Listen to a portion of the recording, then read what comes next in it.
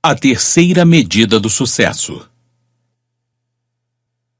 Em A Terceira Medida do Sucesso, Arianna Huffington, criadora de um dos mais relevantes sites de notícias do mundo, expressa como encontrar o sucesso nos elementos mais simples da vida, enfatizando os riscos associados ao estresse da vida moderna. Após ler este microbook, certamente você se sentirá estimulado a refletir acerca de suas escolhas e a definir um norte para construir uma vida mais feliz e equilibrada. Boa leitura. Além dos indicadores econômicos. Não é nova a ideia de que a felicidade deveria fazer parte do propósito de todos nós. Tanto que a busca da felicidade está consagrada na Declaração da Independência dos Estados Unidos como um dos direitos inalienáveis ao ser humano. Em 1968, Robert F. Kennedy enunciou de forma memorável a necessidade de inventarmos um indicador de sucesso mais amplo do que apenas os indicadores econômicos. Por muito tempo, subordinamos a excelência pessoal e os valores comunitários à mera acumulação de bens materiais. Nosso PIB leva em conta a poluição do ar e o número de ambulâncias para remover a carnificina das nossas estradas. Porém, não prevê a saúde dos nossos filhos, a qualidade da educação deles ou a alegria de suas brincadeiras. Não inclui a beleza da nossa poesia ou a força dos nossos casamentos, a inteligência dos nossos debates ou a integridade dos nossos dirigentes.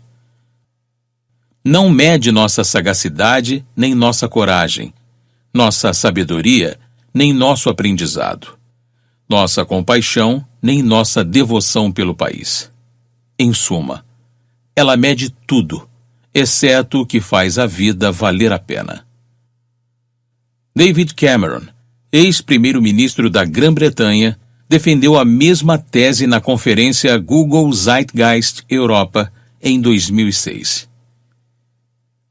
Chegou a hora de admitirmos que a vida não se reúne a dinheiro e de enfocarmos não apenas o PIB, mas também o BEG, bem-estar geral. O bem-estar não pode ser medido pelo dinheiro ou transacionado nos mercados. Ele envolve a beleza da cidade, a qualidade da cultura e, acima de tudo, a força dos nossos relacionamentos. A ideia de medir o bem-estar vem ganhando terreno.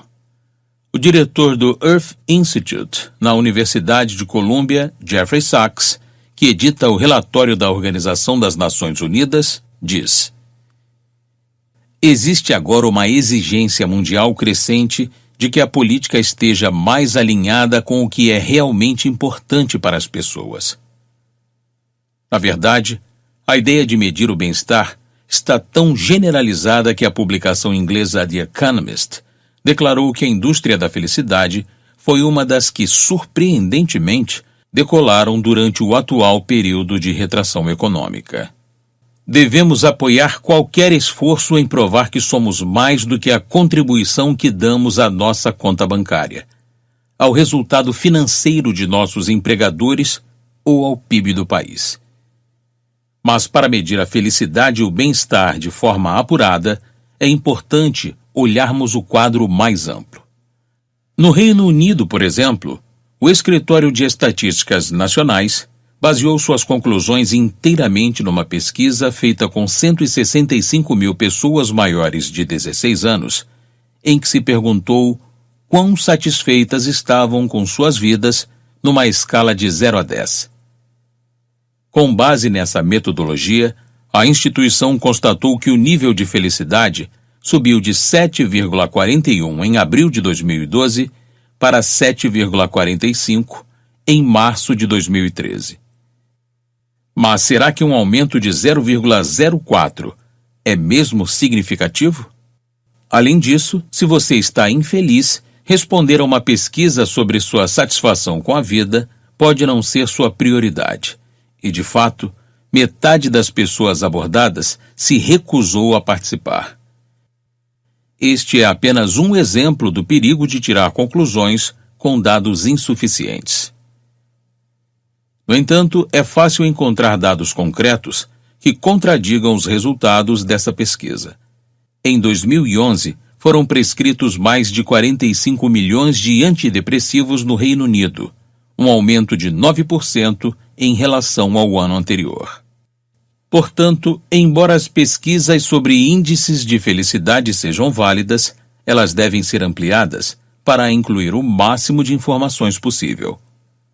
Um indicador mais eficiente deveria abranger não apenas o consumo de antidepressivos e pílulas para dormir, mas também taxas de alcoolismo, índice de suicídio, incidência de doenças ligadas ao estresse, gastos de assistência médica, percentual de empregadores que oferecem programas de bem-estar e horários flexíveis, número de dias de trabalho perdidos devido ao estresse.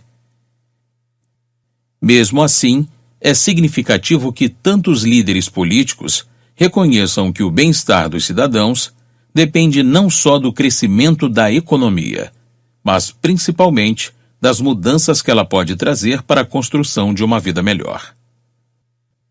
No nível pessoal, existem 3 passos simples que todos nós podemos dar para produzir efeitos consideráveis no nosso bem-estar. 1. Se você não é um dos poucos afortunados que já descansam o suficiente, tem uma oportunidade de melhorar rapidamente sua saúde, criatividade, produtividade e sensação de bem-estar. Comece a dormir 30 minutos a mais todos os dias. 2. Mexa seu corpo. Ande, corra, alongue, faça yoga, dance. Simplesmente se exercite, a qualquer hora. 3. Dedique pelo menos 5 minutos do seu dia à meditação. Mais adiante poderá chegar a 15 ou 20 minutos diários, mas apenas poucos minutos já são suficientes para criar um novo hábito. E aqui estão alguns passos simples para você começar a meditar. 1. Escolha um lugar razoavelmente tranquilo para começar sua prática e selecione um horário em que não seja interrompido. 2. Relaxe o corpo. Se quiser, feche os olhos. Respire fundo e confortavelmente, observando o ritmo da inspiração e da expiração. 3.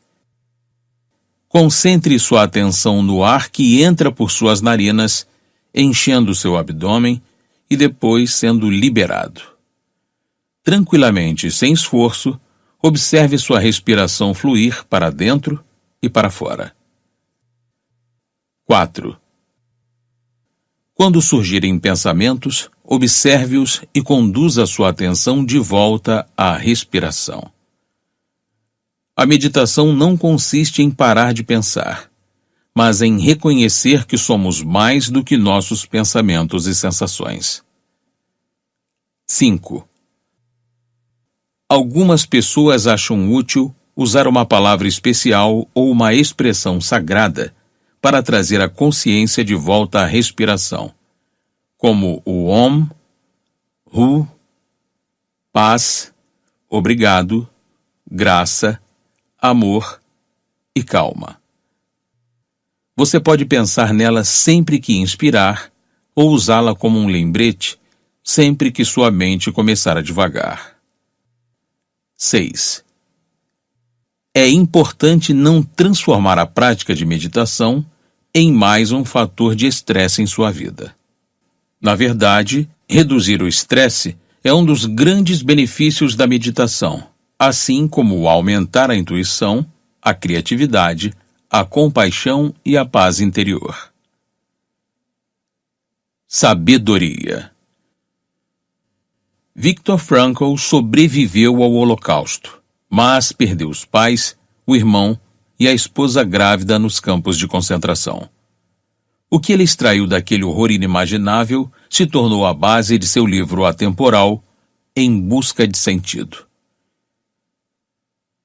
Nós que vivemos aquilo tudo, podemos lembrar dos homens que percorriam as barracas confortando os outros, oferecendo seu último pedaço de pão.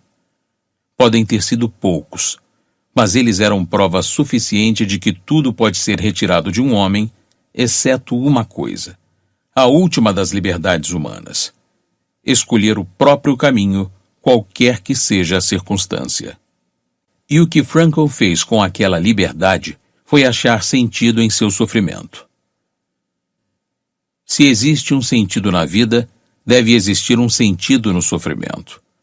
O sofrimento é uma parte ineradicável da vida, assim como o destino e a morte. Sem sofrimento e morte, a vida humana não pode ser completa. Um dos grandes textos sobre a relação entre sofrimento, aceitação, sabedoria e transformação é o livro de Jó, na Bíblia, que indaga como devemos reagir quando as circunstâncias parecem injustas e arbitrárias. Em outras palavras, o que fazer quando coisas ruins acontecem às pessoas boas? Um fazendeiro abastado, chamado Jó, foi tema de uma disputa entre Deus e Satã. Satã acreditava que Jó era crente somente por causa de sua fortuna, e que, se sua sorte desaparecesse, ele renunciaria à fé. Assim, Deus e Satã concordaram em fazer uma espécie de aposta. Em pouco tempo, o gado de Jó foi destruído. Seus filhos morreram. Sua casa desabou e seu corpo foi tomado por úlceras malignas. Mas sua reação foi proclamar: Nu saí do ventre de minha mãe, e nu tornarei para lá. O Senhor o deu e o Senhor o tomou. Bendito seja o nome do Senhor. No final, Deus não apenas restaurou a fortuna de Jó, como a aumentou. A mensagem da parábola é que existe um propósito oculto, uma alquimia, no sofrimento, que é transmutado em sabedoria e força. Francine e David Wheeler perderam o filho Ben, de 6 anos, no massacre da escola Sandhook.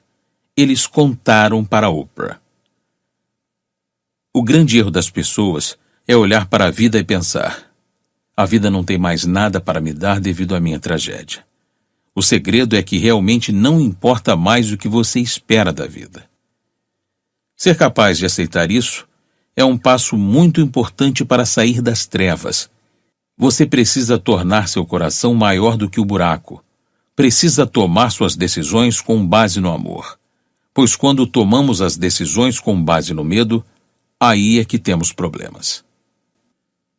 Nelson Mandela conquistou o mundo inteiro não porque foi prisioneiro político por 27 anos, mas devido à sabedoria que demonstrou após sua libertação.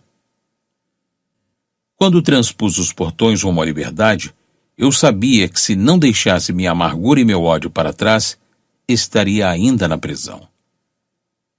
A maneira como reagimos às adversidades pode fazer uma enorme diferença à nossa saúde e à nossa vida. O psicólogo Salvatore Maddi e seus colegas da Universidade de Chicago estudaram mais de 25.000 funcionários da Illinois Bell Telephone, depois que a empresa reduziu seu pessoal pela metade. 2/3 da amostra entraram em colapso. Tiveram ataques cardíacos, entraram em depressão, sofreram crises de ansiedade, se envolveram com álcool e drogas, se divorciaram ou reagiram com violência à demissão dos colegas. Mas 1/3 dos funcionários foi resistente e prosperou apesar das mudanças estressantes no ambiente de trabalho. Destes, os que ficaram na empresa chegaram ao topo. Os que foram embora abriram os próprios negócios ou conseguiram empregos importantes em outras empresas. O que os pesquisadores constataram foi que aqueles que conseguiram fazer as mudanças na companhia serem bem-sucedidas empregaram um comportamento com base em 3 atitudes.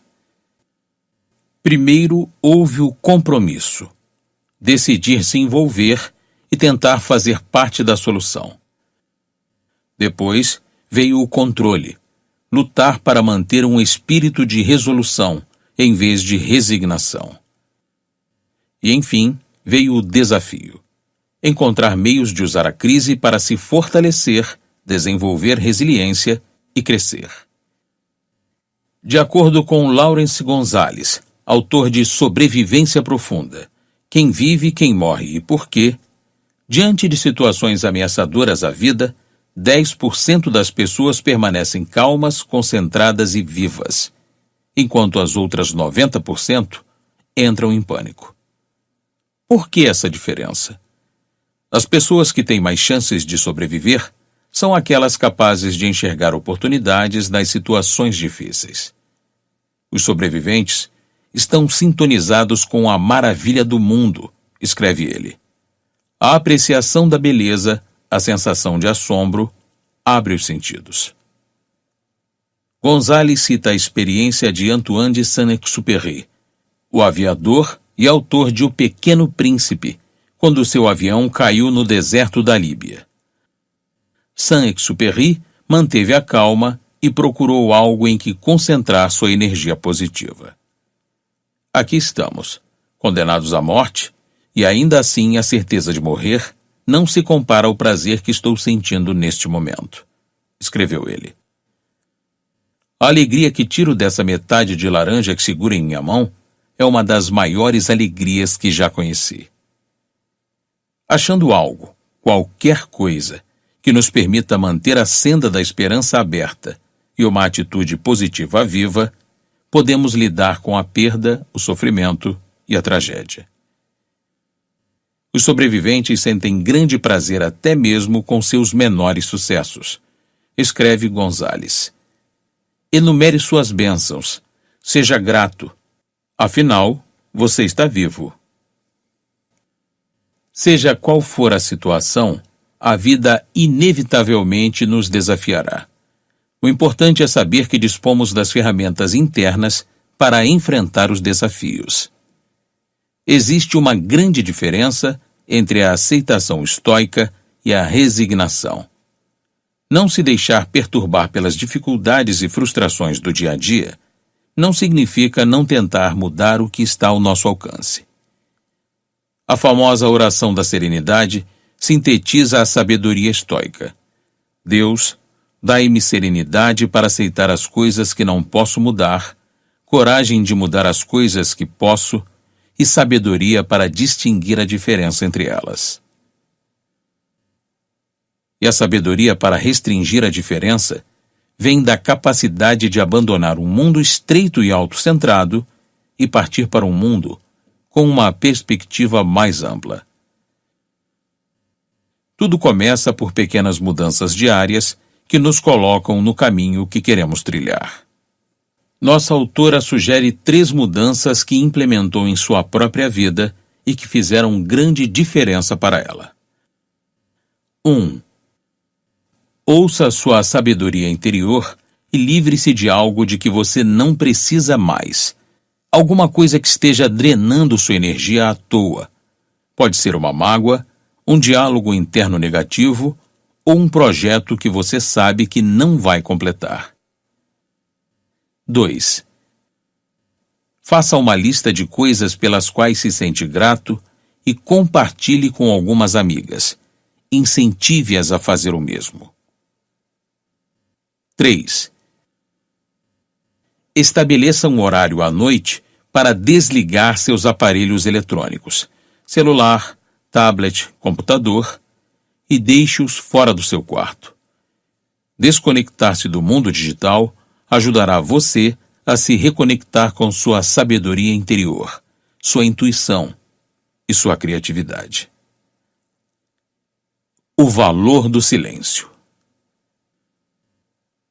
Nas grandes cidades, o silêncio é atacado em todas as frentes.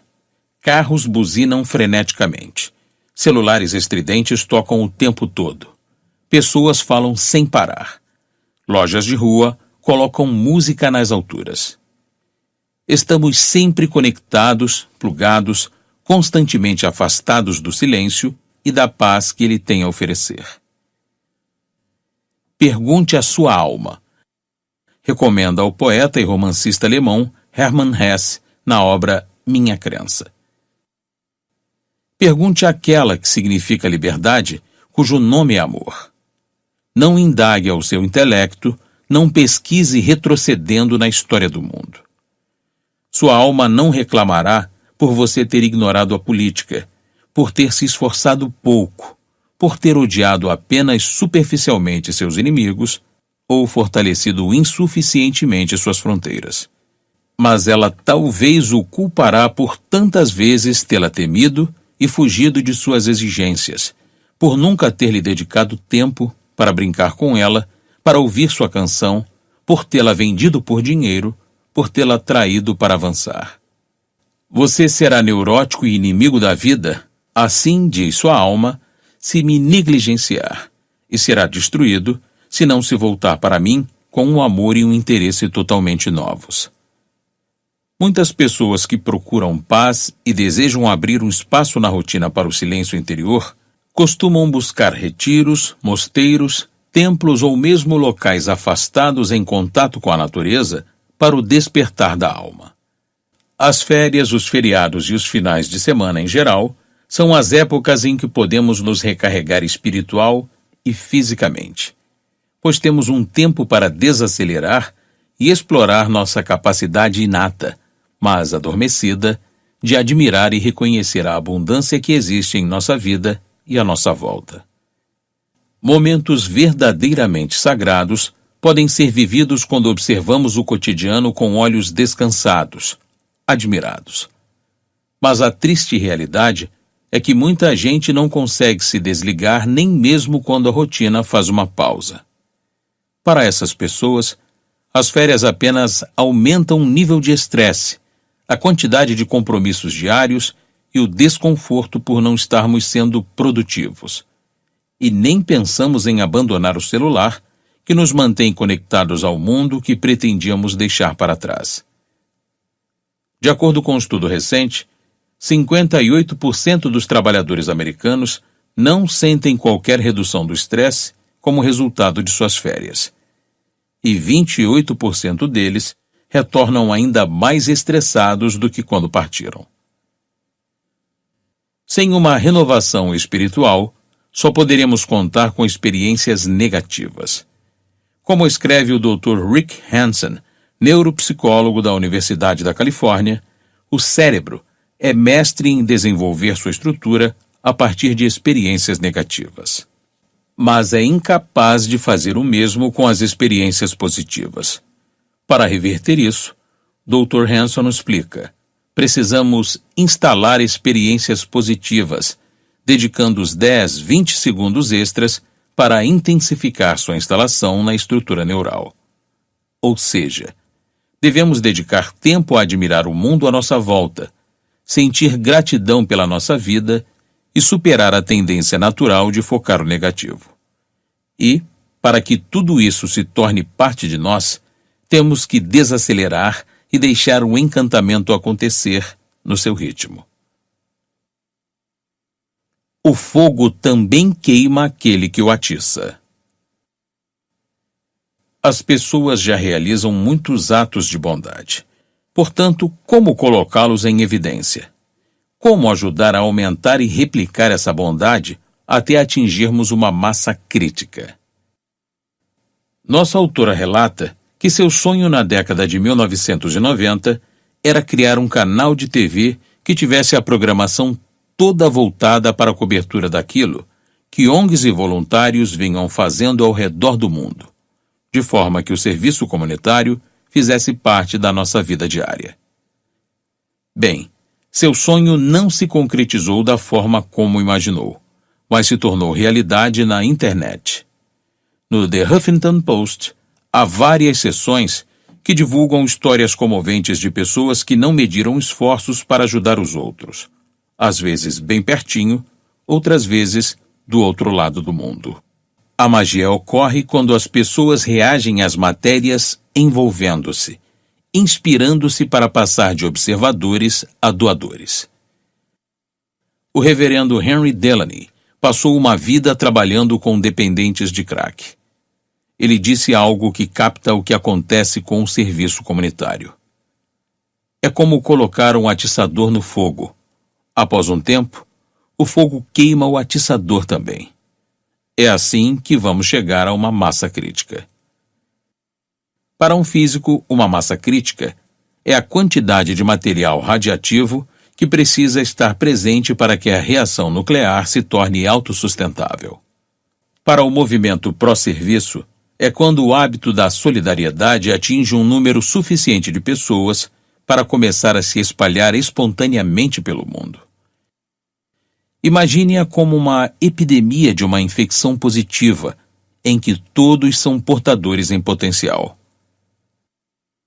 Existem portas no espaço que você procura, e existem portas que você aguarda. Estamos diante de uma determinada porta no tempo neste exato momento. Uma abertura para grandes possibilidades. O equivalente moderno à visão pré-copernicana do mundo plano é a atual visão do homem como um ser exclusivamente material. Esse erro tem dominado a maneira como vivemos e o que entendemos como sucesso. Mas hoje tudo está mudando. Percebemos cada vez mais que existem outras dimensões para uma vida bem-sucedida.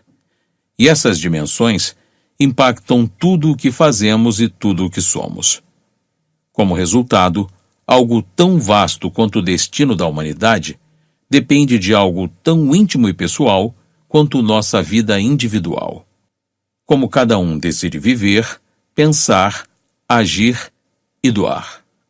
Abandonar nossos hábitos narcisistas e despertar nossa natureza doadora, que é do que o mundo e nós mesmos precisamos, é trabalho para uma vida inteira.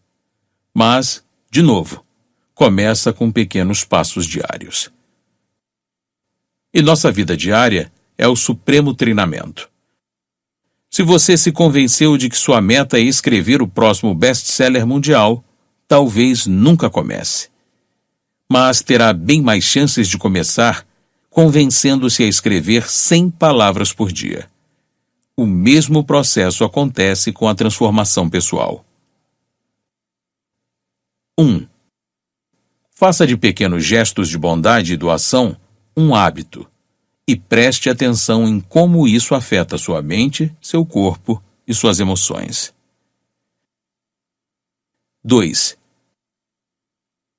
Durante o dia, faça contato com pessoas por quem você normalmente passaria sem falar. O caixa do supermercado, os garis da rua, o atendente do restaurante. Veja como isso ajuda a se sentir mais vivo e mais conectado com o momento.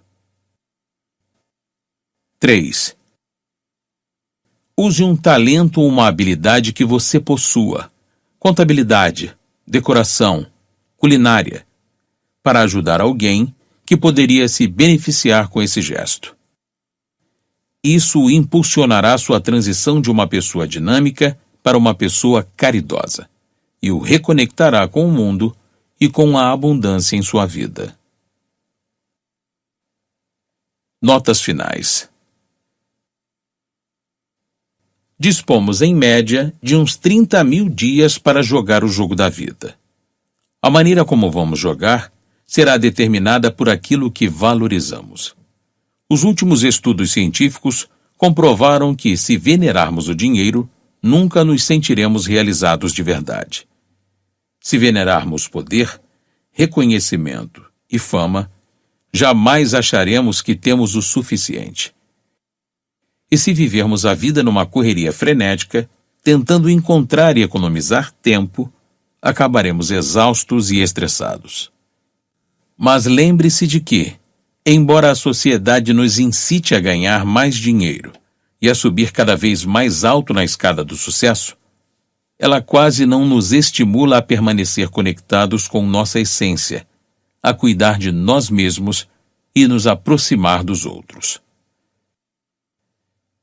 Portanto, encontre um lugar para se erguer, um lugar de sabedoria, paz e força. E nesse lugar, refaça ao mundo a sua própria imagem, de acordo com sua definição do sucesso, de modo que todos nós possamos prosperar e viver com dignidade, alegria, compaixão e, é claro, mais amor.